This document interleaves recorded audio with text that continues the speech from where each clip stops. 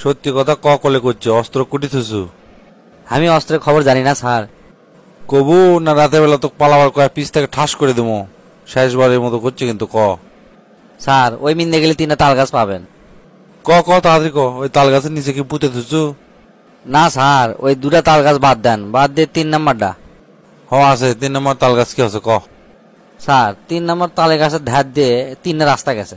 3 রাস্তার মধ্যে 2 রাস্তা বাদ দিবেন, বাদ দিয়ে 3 নম্বর রাস্তা দিয়ে যায় দেখবেন 3টা বাড়ি আছে। 3 বাড়ির মধ্যে কোন বাড়িতে আছে ক তাড়াতাড়ি ক। 3 বাড়ির মধ্যে প্রথম 2 বাড়ি বাদ।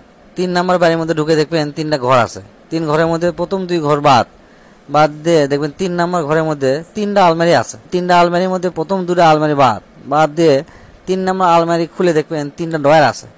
3 ডয়ারের মধ্যে ওই প্রথম 2টা ডয়ার বাদ। 3 নম্বর ডয়ারের মধ্যে। বুঝছি, ওই 3 নম্বর ডয়ারিতে অস্ত্র আছে। আচ্ছা থাক গেল, আমি বাইর করে নিয়ে আসি আগে। না স্যার শোনেন, কথা শেষে হয়নি। ওই 3 নম্বর ডয়ারের মধ্যে 3টা ছবি আছে। 3 ছবির মধ্যে 2 ছবি বাদ, আর 3 নম্বর ছবি হচ্ছে আমার মায়ের, আর বাকি 2টা হচ্ছে একটা নানির একটা দাতির। তাই 3 নম্বর ছবি মানে আমার মায়ের কসম করে করছি স্যার, আমি অস্ত্রের খবর জানি না স্যার, আমাকে মাফ করে দেন। কি করলু তুই? আমাকে তো তুই পাগলা বানায় ফেলে দিলু রে। স্যার আর একটা চোর ধরা পড়ছে, ও ক্লিয়াস মাইটি। আচ্ছা লিয়ে আসেন, এক আমি পরে দেখিচ্ছি।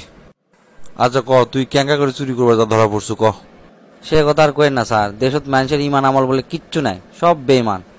তুই তো সারা চোর, চুরি করবার যা ধরা পড়ছু। তুই কিছু কিমান আমলে কথা কব।